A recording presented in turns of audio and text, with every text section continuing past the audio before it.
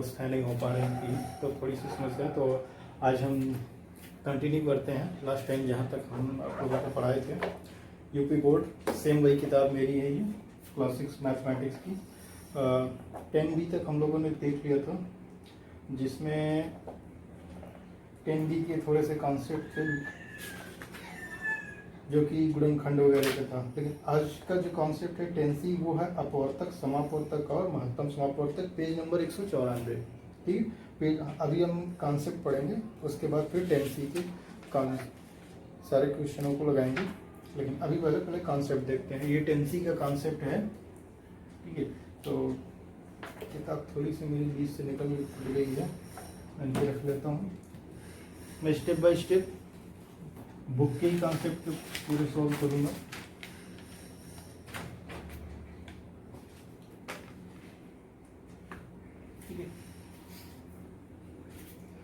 ठीक है, अपवर्तक, समापवर्तक और महत्तम समापवर्तक आज का टॉपिक है हमारा।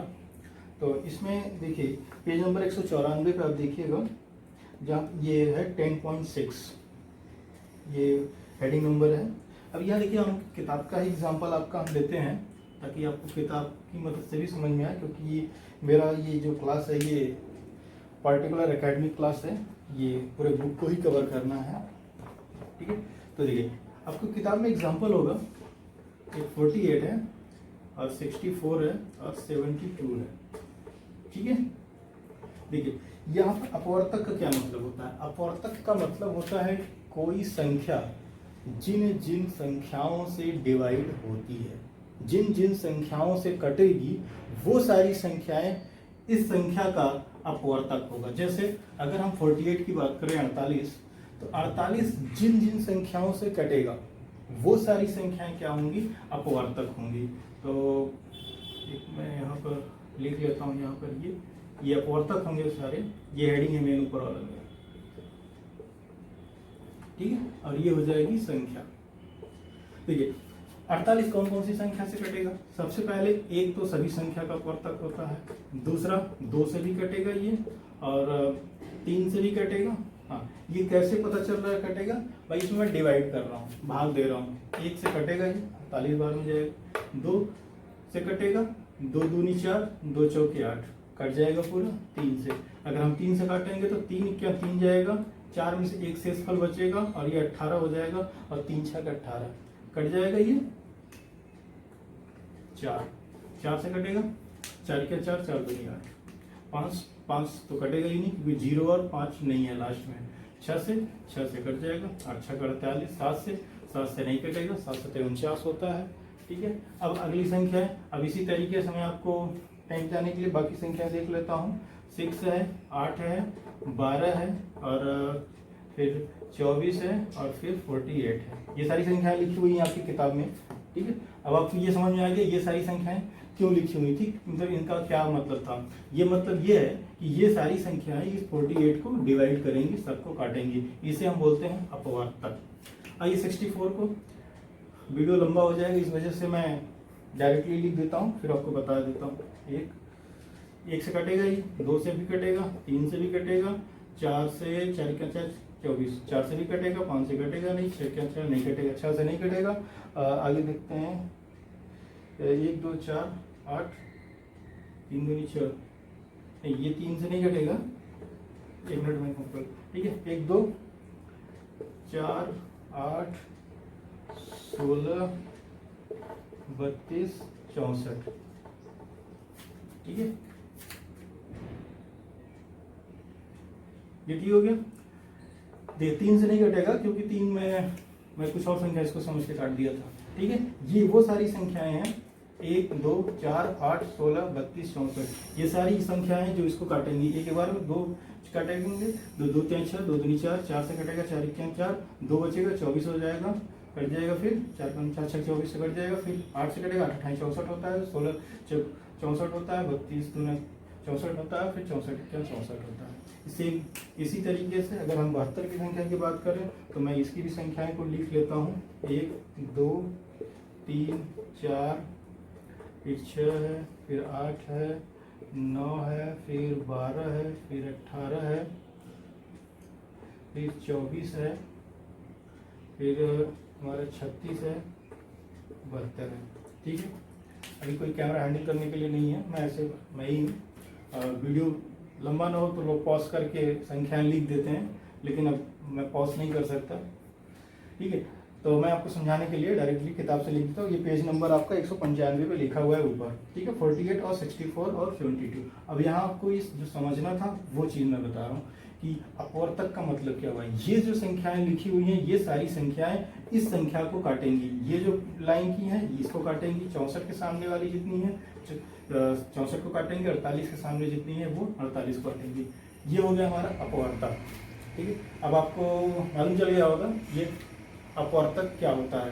ठीक है, तो अपवर्तक क्या होता है, अपवर्तक सिर्फ इतना ही होता है, और इसका एक डेफिनेशन याद रखिए, कोई भी संख्या जिन जिन संख्याओं से कटती है उन सभी संख्याओं को हम उस संख्या का अपवर्तक कहते हैं। ठीक है, अब लिख लीजिएगा, इसको याद कर लीजिए, याद हो जाएगा, सिंपल नहीं है, सब सिंपल है। 48, अगर किसी संख्या की बात करें, जिन संख्याओं से वो कटेगी, जिन जिन संख्याओं से कटेगा उन सारी संख्याओं को हम इस संख्या का अपवर्तक कहते हैं। ठीक है, ये अपवर्तक है, ये संख्या है।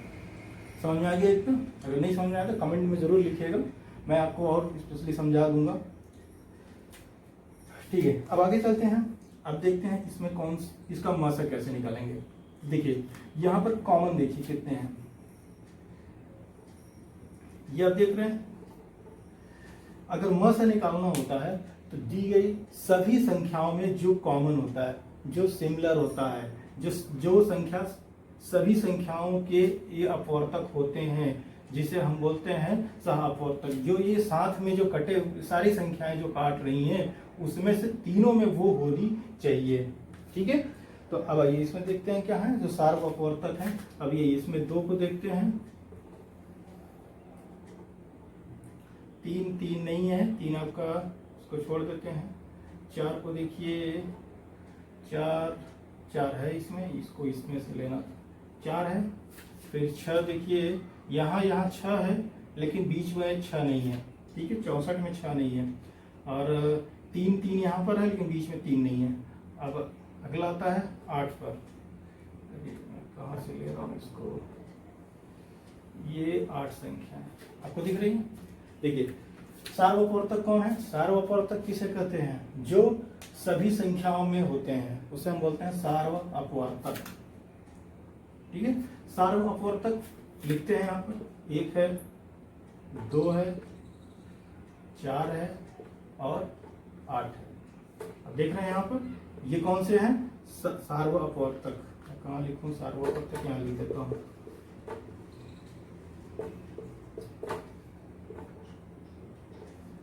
ठीक है, वह है ये सार्व अपवर्तक।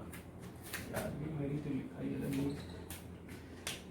ठीक है, 1 2 4 8 ये होते हैं सार्व अपवर्तक। अब आपको यहाँ ये देखना है, अगर आप अपवर्तक से म से निकाल रहे हैं तो सार्व अपवर्तक में सबसे बड़ी वाली संख्या यही होती है म स। यही है आपका म स, महत्तम समापवर्तक। किसका, इन संख्याओं का, 48, 64 और 72 का।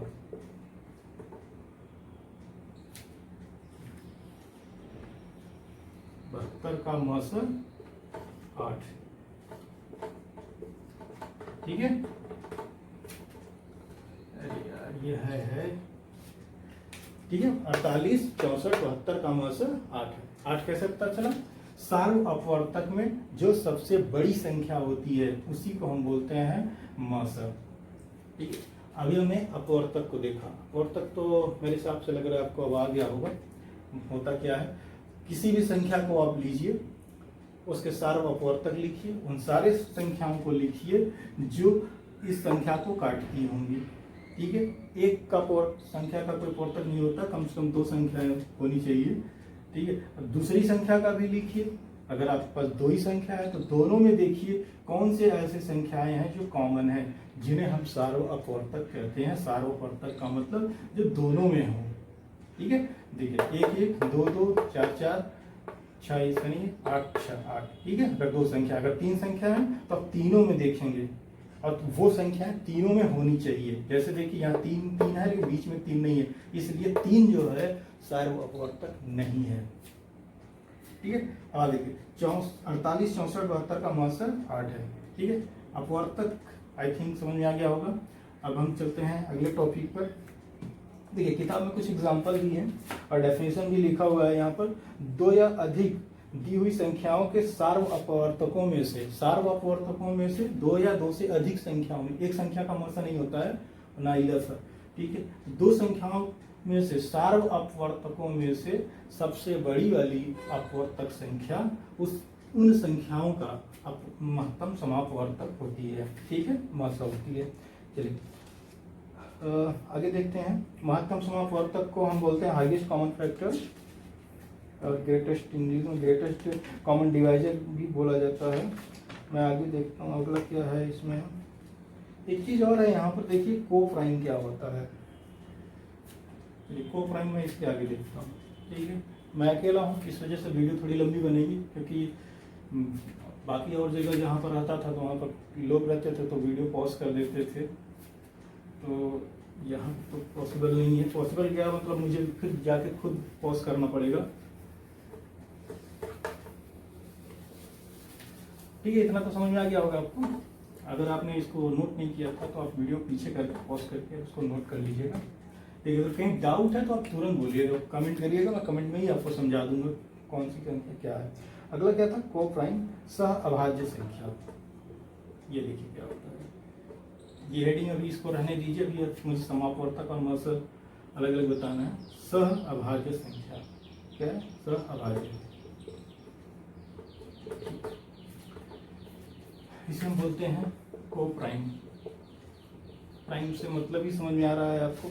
प्राइम का मतलब होता है कि अभाज्य संख्या।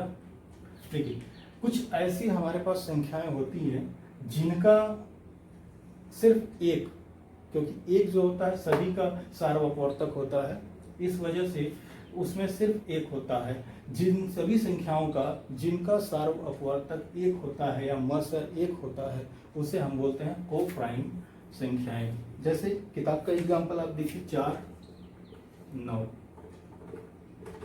ठीक है, मैं किताब का एग्जाम्पल इसलिए ले रहा हूँ ताकि अगर आप किताब लिए होंगे, अगर आप एक क्लास 6 का मैथमेटिक्स एकेडमिक लेवल का, तो आपके बुक की सारी चीजें आपको समझ में आनी चाहिए, इसलिए से मैं इसी का एग्जाम्पल ले रहा हूँ। और ठीक है, 4 और 9, चलिए इनका को प्राइम फैक्टर क्या बोलते हैं, अपवर्तक निकालते हैं। 1 होगा, 2 होगा, 3 से तो ये कटेगा नहीं, फिर ये खुद 4 से कटेगा। 9 की अगर बात करें 1 से कटेगा, 2 से नहीं कटेगा, 3 से कटेगा, 3 से कटेगा, फिर 4 से नहीं कटेगा, 5 से भी नहीं कटेगा, और इस 5 तो इसके आधे से ऊपर हो गया, तो अब ये डायरेक्ट खुद से कटेगा। अब यहाँ देखिए को प्राइम में, अब यहाँ पर देखिए सार्वअपवर्तक कौन कौन से हैं, आपको मिला सिर्फ एक मिला। ठीक है, तो यहाँ पर सार्वअपवर्तक कौन है, अगर मैं सार्वअपवर्तक की बात करूं,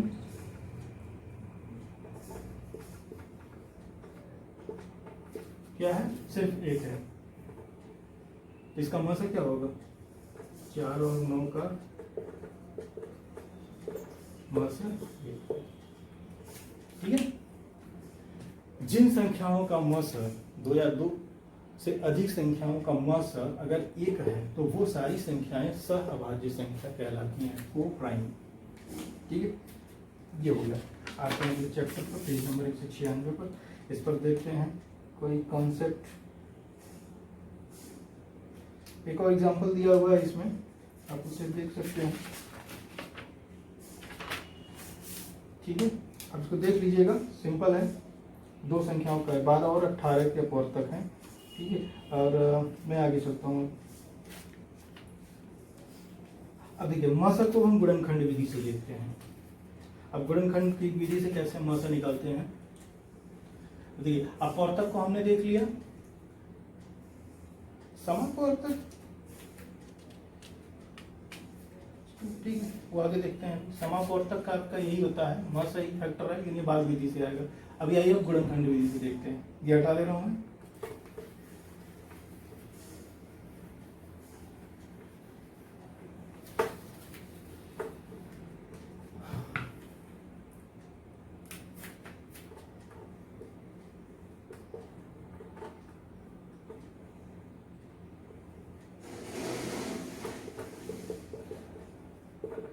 ठीक है, गुणनखंड विधि से लिखते हैं। मसा कैसे निकालेंगे गुणनखंड विधि से। एग्जाम्पल देखते हैं, किताब का एग्जाम्पल 48, 64 और 72। देखिए आपको समझ में आ रहा होगा ये सारी संख्याएं आपके बुक में कैसे लिखी हुई हैं, कैसे आया। अगर समझ में आ रहा तो ठीक है, नहीं समझ में आ रहा तो देखिए।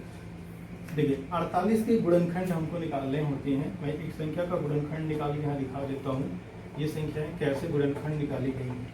देखिए सबसे पहले हम किसी भी संख्या का गुणनखंड निकालना होता है तो वो संख्या या तो सम होगी या तो विषम होगी, ठीक है, सम या विषम दो ही संख्या होगी। अब इन संख्या को अगर सम संख्या है तो 2 से डिवाइड करेंगे, अगर विषम संख्या है तो फिर हम देखेंगे वो किस संख्या से स्टार्ट होती है, कौन सी ऐसी संख्या है जो विषम संख्या से ही कटेगी होगी, तो विषम संख्या में कौन से कटेगी, 3 से कटेगी, 5 से कटेगी, 7 से कटेगी, ये हमें फिर देखना होता है। देखिए ये तो सम संख्या है 4 और 8, तो अब इसको हम डिवाइड करते हैं, 2 से कट जाएगा ये, 2 दूनी 4, 2 चौके 8, 2 क्या 2, 2 दूनी 4, 2 छः के 12, 2 3 6। अब देखिए 3 आ गया, 3 क्या 3, ये होता है इसका गुणनखंड, ठीक है। एक को यहाँ पर नहीं लिया जाता है क्योंकि एक का कोई यहाँ मतलब नहीं है, ठीक है, यहाँ लास्ट में आपको एक आना चाहिए। तो गुणनखंड 2 गुणे 2 गुणे 2 गुणे एक और 2 है 4 गुणे 3। समझ में आ गया। सेम इसी तरीके से 72 का भी 64 का देख लेते हैं।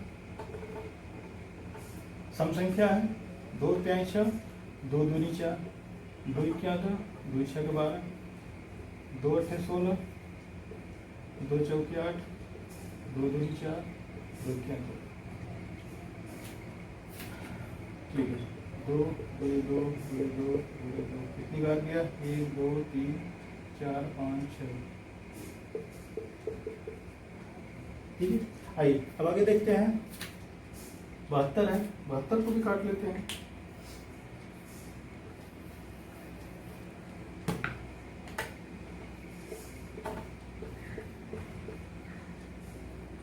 देखिए ये क्लास 6 स्टैंडर्ड लेवल के लोगों के लिए है, इसलिए मैं एकदम बिल्कुल इजीली सब कुछ करके दिखा दे रहा हूँ। सम संख्या है 2 7 है, कितनी बार जाएगा, 3 बार जाएगा, 2 3 6, 1 बचा, 2 6 12, 2 क्या 2, 2 8 16, भाग दे रहा हूँ मैं। देखिए कैसे किया है ये जो गुणनखंड विधि जो भाग दी जाती है, इसका जो संख्याएं जो बचती हैं वो संख्याएं दिमाग में लेनी होती है, और जो हम भाग देते हैं वो तो हम वहाँ लिखते हैं। लेकिन इस गुणनखंड में क्या होता है कि जो भी जैसे 2 3 6 गया, एक जो बचा, अब वो क्या होगा अपने दिमाग में रखना होगा, मतलब वो दिमाग से ही आप इसको आगे जोड़ दीजिए, फिर 2 6 के 12, ठीक है। यहाँ उसको लिखा नहीं जाता है। देखिए 2 से अगर हम भाग देंगे तो ये फिर हो जाएगा 2 9 18, फिर 3 से 3 3 9, फिर 3 क्या 3, कुछ गड़बड़ होगा क्या, नहीं, ठीक है, 2 9 18 सही है। आइए फिर देखते हैं 2 गुणे 2 गुणे 2 गुणे 3 गुणे 3। चलिए अब यहाँ देखिए कौन से ऐसे गुणनखंड हैं जो तीनों संख्याओं में हैं। देखिए एक चीज ध्यान दीजिएगा, अभी इसके पहले जो मैंने लिखा था वो था अपवर्तक, ठीक है, लेकिन ये अपवर्तक नहीं है, ये इसका गुणनखंड है, ये प्राइम फैक्टर है, इसे हम बोलते हैं प्राइम फैक्टर, ठीक है, अभाज्य गुणनखंड। ये अभाज्य गुणनखंड के माध्यम अब यहाँ देखेंगे कितने हैं। देखिए ये एक है, थोड़ा सा दूर दूर लिखना चाहिए था, एक ये हो गया 2, तो इससे बंद करना है, ये हो गया। अब देखिए इसमें तो 2 है, इसमें भी 2 है, लेकिन इसमें 2 नहीं है, इसमें 3 है, यहाँ भी 3 है, लेकिन इसमें 3 नहीं है, तो ठीक है। तो यहाँ पर अब मैं क्या करूँगा, 2 गुणे 2 गुणे 2 सभी प्राइम फैक्टर को यहाँ हम लिख लेते हैं, मसल।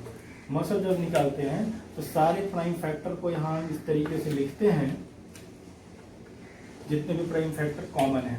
तो 2 गुणे 2 गुणे 2, 2 दूनी 4 दूनी 8, ठीक है। इसको हम 2 का पावर 3 ऐसे भी लिखते हैं, लेकिन मसल जो होगा 8 है, ठीक है। तो मैं गुणनखंड विधि से समझ में आ गया। गुणनखंड विधि में क्या करना है, सारी संख्याओं का गुणनखंड निकालना है, जैसे मैंने यहाँ आपको एक एक करके निकाल कर दिखाया, ठीक है।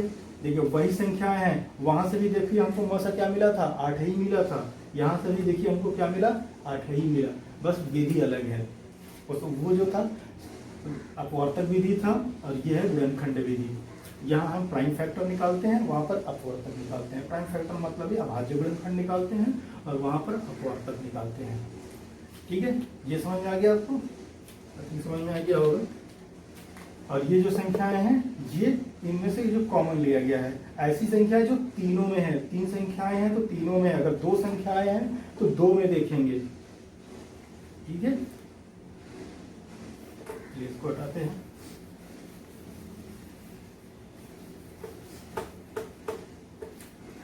चलिए आगे देखते हैं आपकी किताब का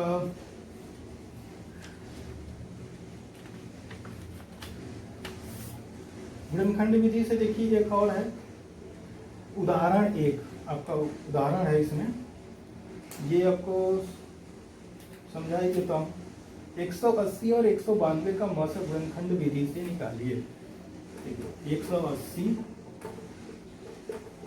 और 192, देखिए कोई भी संख्या यहाँ लिखी जा सकती है। किताब का एग्जाम्पल ले रहा हूँ ताकि आपको किताब की चीजें जो है वो समझ में आ रही है। अब कोई भी संख्या यहाँ आप ले सकते हैं। देखिए 180 और 192 का गुणनखंड विधि से हमको मौसा निकालना है। इसका गुणनखंड विधि से निकालना है। गुणनखंड विधि से निकालने के लिए सबसे पहले क्या करेंगे, 180 का गुणनखंड निकालेंगे। तो गुणनखंड यहाँ निकाल लेते हैं हम, 180 निकाल लेते हैं, और यहीं पर 192 का भी निकाल देते हैं। दोनों संख्याएं सम संख्या है। चलिए एक एक करके काटते हैं। 2 से हमने काटा, कितनी बार जाएगा, 2 9 18, 0, 2 9 18 हो गया, और ये 0 90 हो गया। और 2 बार से फिर जाएगा ये, क्योंकि 0 है तो 2 से कटेगा ही। तो ये हो जाएगा आपका, कितनी बार गया, 2 चौके 8, एक इसमें आ गया तो 10 हो गया, 2 5 10। तो अब देखिए, अब ये क्या है, 2 से कटेगा। अब एक विषम संख्या होगी, तो विषम संख्या हो गई तो मुझे किसी विषम संख्या को चुनना पड़ेगा। देखिए 3 से कटता है, ये 3 क्या 3, एक जाएगा उधर 15 हो जाएगा, कट जाना चाहिए, कट जाना नहीं चाहिए, कटेगा ही। 3 क्या 3, एक गया इधर 5 हो गया, अब ये 15 हो गया टोटल, 3 5 15, ठीक है। 15 क्या 45 होता है, ठीक है। गुणनखंड में अगर आप उल्टा चलेंगे, अगर इसका गुणा इसमें करेंगे तो आपको ये संख्याएं मिलेंगी, 45 दूना 90, 90 दूना 180। अब 3 से फिर कटेगा, 3 5 15, 5 क्या 5, ये संख्याएं कट गई। तो देखिए 180 के गुणनखंड लिख लेते हैं यहाँ पर, 2 गुणे 2 गुणे 3 गुणे 3 गुणे 5। अगर हमारी आवाज़ आपको स्लो सुनाई दे रही होगी तो मैं देख लेता हूँ, अभी तो पहला वीडियो है यहाँ पर। अगर आवाज़ स्लो चलेगी तो मैं, ठीक है, मैं फ्लिपकार्ट से कोई माइक्रोफोन भी मंगा लेता हूँ, लेकिन अगर तो काम चल रहा होगा तो ठीक है। कमेंट में बताइएगा, अगर आवाज़ स्लो है तो माइक्रोफोन ले लेंगे हमें, ठीक है। 180 का अब आइए 192 का करते हैं। 2 से कटेगा, कितने बार जाएगा, 19 है तो 2 9 18, और 1 बचेगा, 2 6 12, फिर 2 से काटेंगे, 2 चौके 8, 1 16 हो जाएगा, 16 कितने को जाएगा आपका, 2 8 16, ठीक है। और फिर 2 से कटेगा तो ये 2 दूनी 4, 2 चौके 8, फिर आपका 2 3 2, 2 दूनी 4, फिर 2 6 12, 2 3 6, ठीक है। आइए 192 का देखते हैं, कितनी 2 है, 1 2 3 4 5 6, 2 गुणे 2 गुणे 2 गुणे 2 गुणे 2,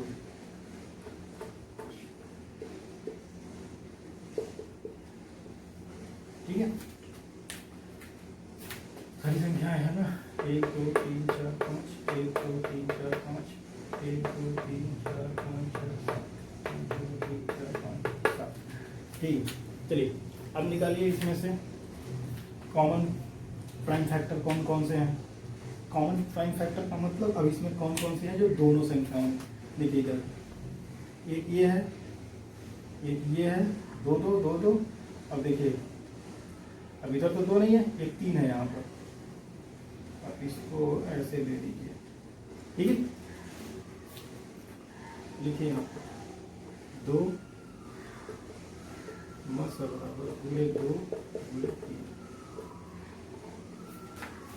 2 दूनी 4, या इसको आप ऐसे भी लिख सकते हैं 2 का पावर 2 इंटू 3, और इसका मतलब वही आएगा 4 के 12,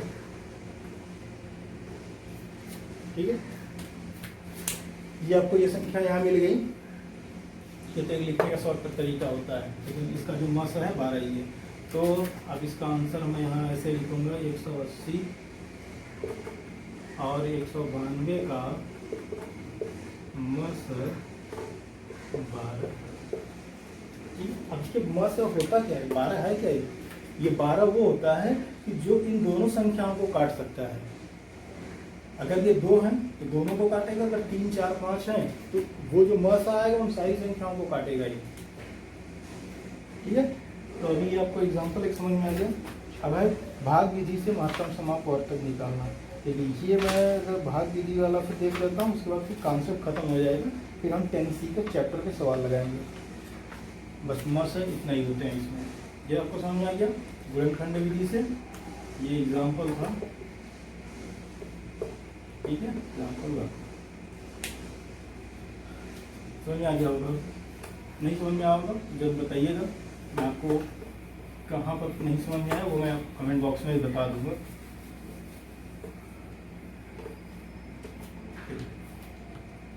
अगला आता है मस ही हम देख रहे हैं तीनों यहाँ पर।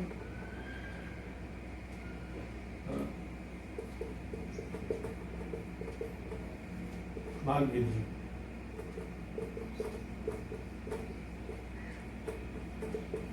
ठीक है। भाग विधि से मासा देखते हैं, गुणनखंड विधि से देखा। भाग विधि में कोई नहीं है इसमें। अब एग्जाम्पल 2 है, ठीक है। चलिए देखते हैं 306 और 630 का मस भाग विधि से निकालिए। कैसे निकालेंगे 306 और 630, इसका देखिए मस निकालना है। किताब में देखिए लगा हुआ है, लेकिन किताब में थोड़ी शॉर्टकट यूज हो गई है। लेकिन अब यहाँ आपको ये देखना है कि ये हुआ कैसे, ये भाग कैसे हुआ। किताब में तो लिखा ही है, लेकिन ये भाग हुआ कैसे, अब आपको ये देखना है। तो यहाँ पर देखिए जब मस हम निकालते हैं भाग विधि से, तो यहाँ देखते हैं कौन सबसे, अगर 2 संख्याएं हैं तो उसमें देखते हैं कौन सी बड़ी है और कौन छोटी है, ठीक है। अब 3 संख्याएं होती हैं तो किन्हीं हम 2 को सेलेक्ट कर लेते हैं। अब उन संख्याओं को हम देखते हैं कौन बड़ा छोटा है। अभी 2 हैं तो 2 देखते हैं, 630 बड़ा हुआ है तो 630 में हम क्या करेंगे 306 से भाग देंगे। कितनी बार जाएगा, 2 बार जा सकता है, हाँ 2 बार जाएगा ये।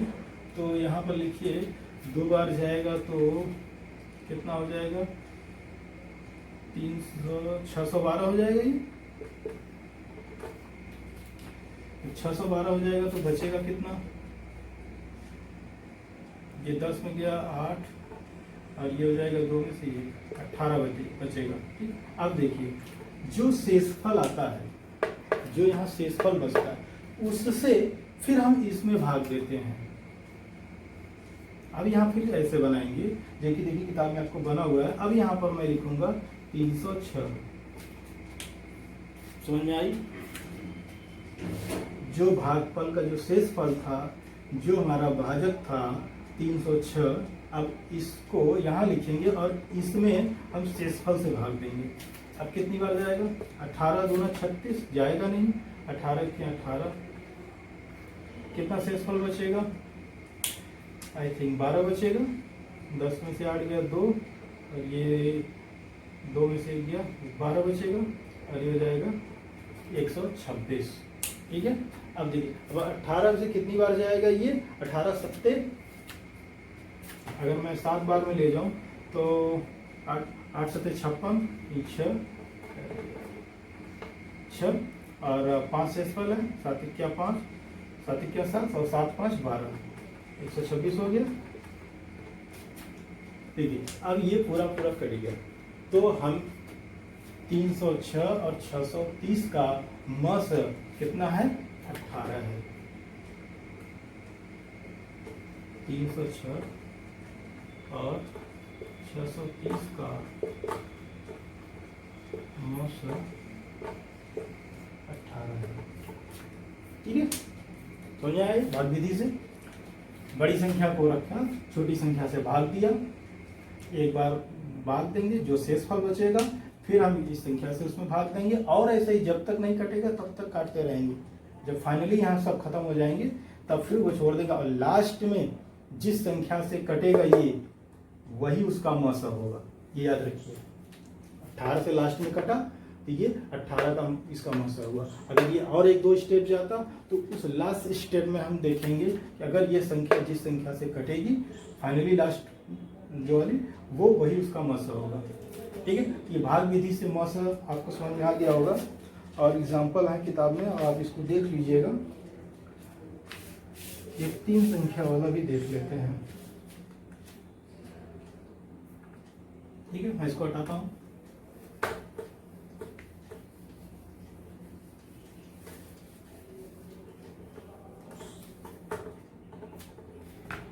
अगला है एक 3 संख्या, उदाहरण नंबर 3, एग्जाम्पल नंबर 3 आप देखिए किताब में, बुक में आप देखिए है क्या है, 25, 20, 52 और 3, 9, 9, 6 और क्या है ये लास्ट है 7, 3, 8, 0। इसका हमें मसा निकालना है। ठीक है, मसा कैसे निकालना है, भाग विधि से। तो अब देखिए कौन कौन सी संख्याओं को हम सेलेक्ट करेंगे। देखिए सबसे पहले हम ये सेलेक्ट करते हैं यहाँ पर, किन्हीं 2 संख्याओं को सेलेक्ट कर लीजिए। जो सबसे बड़ी संख्या हो उसको रहने दीजिए, ये जो 73 है इसको रहने दीजिए, इससे कोई मतलब ही नहीं है। अब 2 संख्या को सेलेक्ट करना है। पहले 3996, इसमें हम भाग देंगे इससे, कोई भी संख्या आप चुन लीजिएगा। ठीक है, उसमें बड़ी संख्या को यहाँ रखना है, और उससे जो छोटी संख्या है उससे हमें भाग देना है।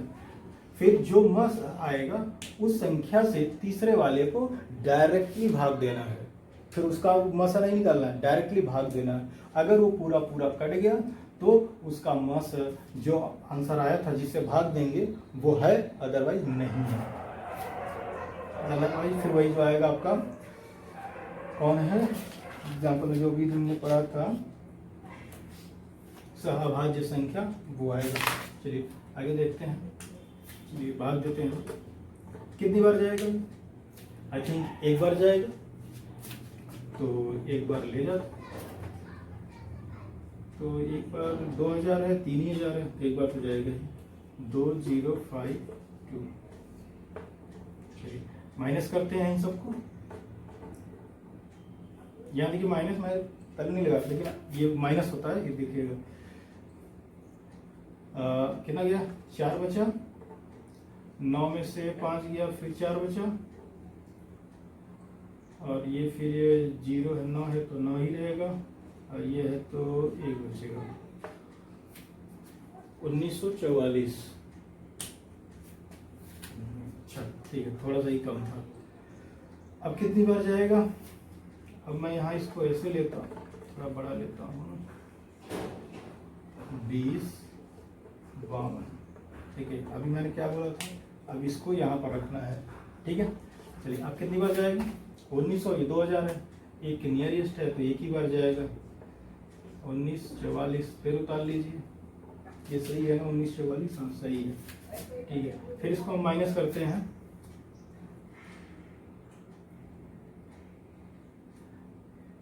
बारह में से 4 गया 8, और ये हो गया 4, फिर ये इसके पास आया तो उधार लिया, 14 में से 4 गया 10, इससे टू जाएगा 0 हो जाएगा डायरेक्टली।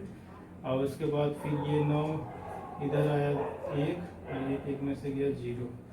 अब ये आ गया हमारे पास 108।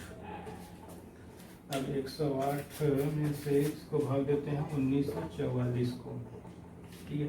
अब इसमें भाग देना है। अब देखिए कितनी बार जाएगा, 194 है तो एक बार तो जाएगा ही। 108 इसमें भाग दे दीजिए,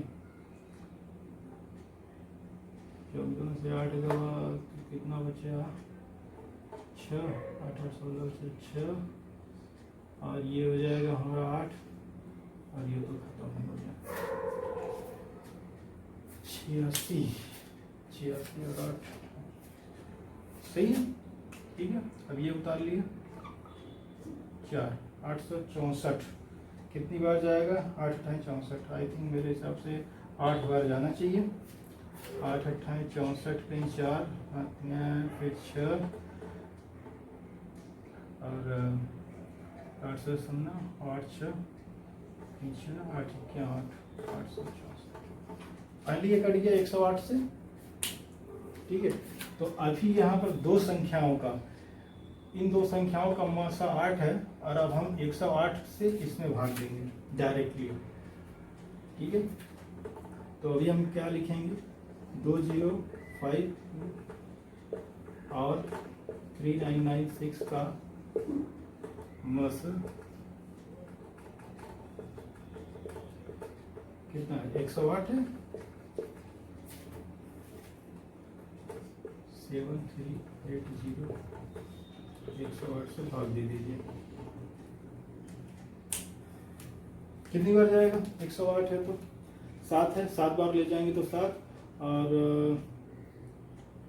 जाएगा 7 और फिर 8 से 56 8 7 बार तो नहीं जाएगा, ये 6 बार लेके जाते हैं। 8 6 का 48 नहीं, 8 हाथ में 1 जाएगा 4 और ये हो जाएगा 1, 648 माइनस करते हैं 0 और ये हो जाएगा 13 में से 4 गया तो 9 और ये हो जाएगा 6 में से 6 गया, ये तो कट ही जाएगा, फिर 0 आगे 900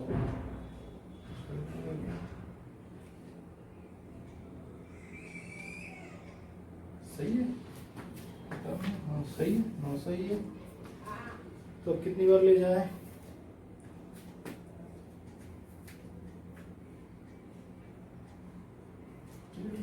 आगे देखते हैं, डिवाइड नहीं हो रहा है इससे। और 900 में से कितनी बार ले जाएंगे, 8 बार ले जाएं, 8 × 64 8 बार ही आएगा, फिर 8 × 64 कहीं 4 8 × 64 फिर 8 64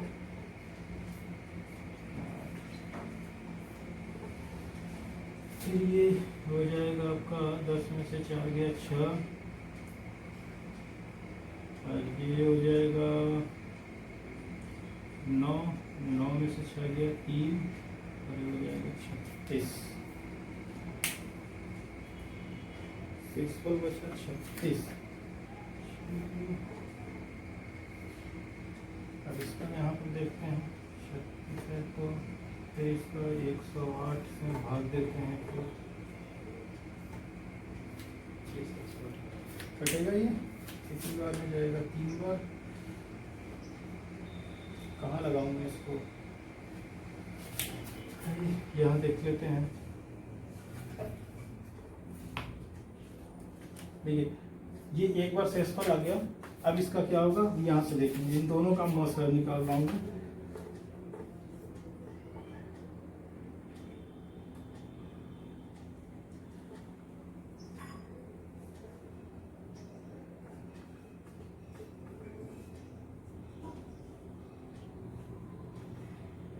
तीन 6 18 3 का 9 1 10 ये कट गया। अब देखिए यहाँ पर लास्ट जो संख्या कटी, हमने क्या किया, 108 और 7380 7380 का मौसा निकाला। तो अब यहाँ पर मुझे जो लास्ट वैल्यू मिली 36 मिली, ठीक है। तो अब इन तीनों संख्याओं का जो मसा हमारा आएगा, दो संख्याओं का मसा 108 था, अगर हम इसको इंक्लूड करेंगे तो हमारा आंसर हो जाएगा 36। अब आंसर में लिखूँ कहाँ, यहाँ मिटा देता हूँ, ठीक है। अब इसको नोट कर लीजिए कि कैसे कैसे हुआ है। ये यहाँ से गया जैसे इस तरीके से, ये एक स्टेप कहाँ से लगा, पहला स्टेप, दूसरा स्टेप ये रहा, ठीक है। ये यहाँ से कटने के बाद फिर यहाँ, ठीक है। तो मैं इसको यहाँ से हटा रहा हूँ, इसको, ये तीनों संख्याओं का मस कितना आ गया, 36, ठीक है। ठीक है, संख्याएं जितनी बड़ी होंगी थोड़ा उतना टाइम लगेगा समझाने में, थोड़ा और लंबा टाइम हो जाएगा, लेकिन आप खुद से जब लगाएंगे तो टाइम नहीं लगेगा, एक दो बार प्रैक्टिस हो जाएगी। अब देखिए यहाँ पर मैंने क्या किया, तीन संख्याएं थी, दो संख्याओं का मसा निकाला और फिर दो संख्याओं का मसा हमको मिला क्या, 108। फिर 108 और क्योंकि ये तो मसा है ना, अब ये और साथ इन दोनों का मसा निकाल लिया, 7380 का मसा निकाला, तो यहाँ शेषफल मुझे बच गया।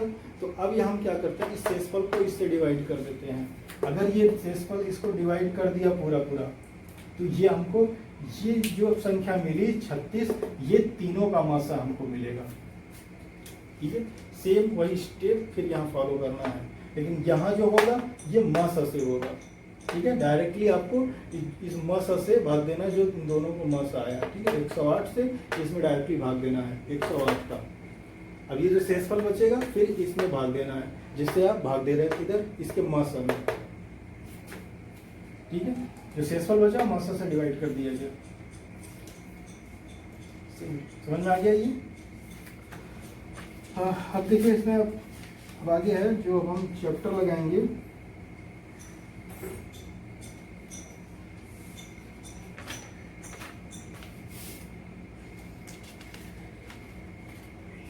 अब टेंसी है, टेंसी हम नेक्स्ट क्लास में देखते हैं क्या होता है, ठीक है। ये समझ में आ गया होगा दो संख्याओं का, चलिए ठीक है, समझ में आ गया आपको। नहीं समझ में आया तो आप कमेंट बॉक्स में जरूर लिखिएगा, मैं आपको बता दूंगा कौन सा स्टेप कहाँ नहीं समझ में आया, ठीक है। लंबा था, थोड़ा सा टाइम लगा। अब टेंसी है, अब टेंसी को मैं आगे लगाता हूँ आगे, ठीक है। ये तो टेंसी का कॉन्सेप्ट था ये, ठीक है, टेंसी का ये कॉन्सेप्ट था, ठीक है। ये आज का अभी पहला वीडियो था, काफ़ी दिन बाद, थोड़ा सा टाइम टेकन होगा ही, तो अभी आगे वाले वीडियो में फिर एक्सपर्ट हो जाएंगे, फिर तो कंटिन्यूसली जब चलने लगेगा तो फिर अपना फ्लो हो जाएगा। और अभी तक अगर कोई डाउट हो तो आप कमेंट बॉक्स में ज़रूर लिखिएगा, और चैनल अच्छा लगा हो तो सब्सक्राइब जरूर करिए, और अपने दोस्तों को शेयर करिए, जिसको इसकी ज़रूरत हो उससे तो ज़रूर आप शेयर करिए। Thanks for watching.